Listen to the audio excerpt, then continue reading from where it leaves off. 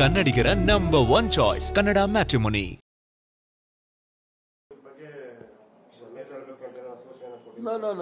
ಅದು ಬಿಟ್ಬಿಡಿ. ಹೈಕಮಾಂಡ್ ಅಂದರೆ ಹೈಕಮಾಂಡ್ ಜನರಲ್ ಸೆಕ್ರೆಟರಿ ಹೇಳ್ತಾರೆ. ನಾನು ಒಬ್ಬ ಕಾಂಗ್ರೆಸ್ ಕಾರ್ಯಕರ್ತನಾಗಿ ಜವಾಬ್ದಾರಿ ಸ್ಥಾನದಲ್ಲಿ ಇದ್ಕೊಂಡು ಸೈದ್ಧಾಂತಿಕವಾಗಿ ಹೋರಾಟ ಮಾಡ್ಕೊಂಡು ಬಂದಿರತಕ್ಕಂಥವ್ರು ನಾವು.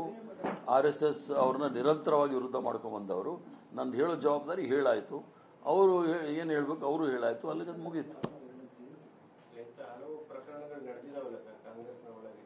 ಕೆಲವರು ಸಾವರ್ಕರ್ಗೆ ಊಟಕ್ಕೆ ಶಾಸಕರುಗಳು ಸೀನಿಯರ್ ಲೀಡರ್ಗಳೇ ವಿಶ್ ಮಾಡಿ ಪೋಸ್ಟ್ ಹಾಕ್ತಾರೆ ಸೋಷಿಯಲ್ ಮೀಡಿಯಾದಲ್ಲಿ.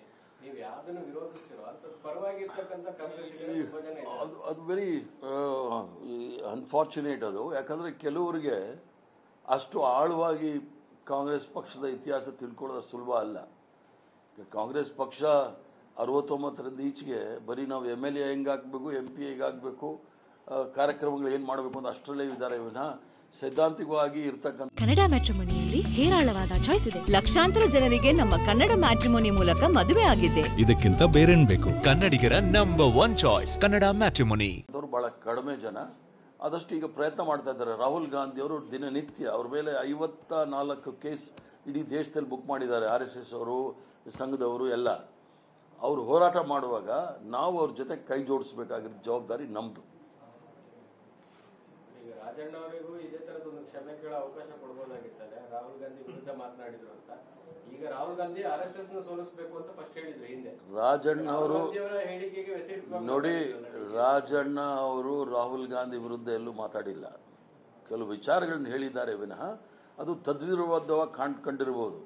ಯಾಕಂದ್ರೆ ನಾನು ಯೂತ್ ಕಾಂಗ್ರೆಸ್ಸಲ್ಲಿ ನ್ಯಾಷನಲ್ ಲೆವೆಲಲ್ಲಿ ಇದ್ದಾಗ ಇನ್ನೂ ಶಿವಕುಮಾರ್ ಅವರು district Congress youth Congress president, Rajanna ಸ್ಟೇಟಲ್ಲಿ ವೈಸ್ ಪ್ರೆಸಿಡೆಂಟ್ ಇದ್ದವ್ರು ಯೂತ್ ಕಾಂಗ್ರೆಸ್ ನಮ್ಮ ಜೊತೆ ಇದ್ದವ್ರು.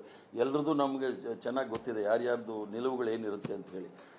ಯಾರೂ ಸಹ ಕಾಂಗ್ರೆಸ್ಸಲ್ಲಿ ಇರ್ತಕ್ಕಂಥವ್ರು ರಾಹುಲ್ ಗಾಂಧಿ ಆಗಲಿ ಸೋನಿಯಾ ಗಾಂಧಿ ಆಗಲಿ ಅವ್ರ ವಿಚಾರಗಳು ಬಂದಾಗ ಅದರ ವಿರುದ್ಧ ಯಾರೂ ಸಹ ಮಾತಾಡೋದಿಲ್ಲ. ಮಾತಾಡಿರೋದು ನನ್ನ ಗಮನದಲ್ಲೂ ಇಲ್ಲ.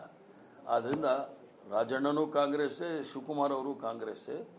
ಕೆಲವು ಸಂದರ್ಭದಲ್ಲಿ ಆಗುತ್ತೆ, ಕೆಲವು ಸಂದರ್ಭದಲ್ಲಿ ಅನ್ಫೋರ್ಸೀನ್ ಅಂತ ನೋಡಿ ಗೊತ್ತಿಲ್ಲದೆ ಆಗೋಗುತ್ತೆ, ಅದು ಸರಿ ಹೋಗುತ್ತೆ. ಕನ್ನಡಿಗರ ನಂಬರ್ 1 ಚಾಯ್ಸ್ ಕನ್ನಡ ಮ್ಯಾಟ್ರಿಮೋನಿ.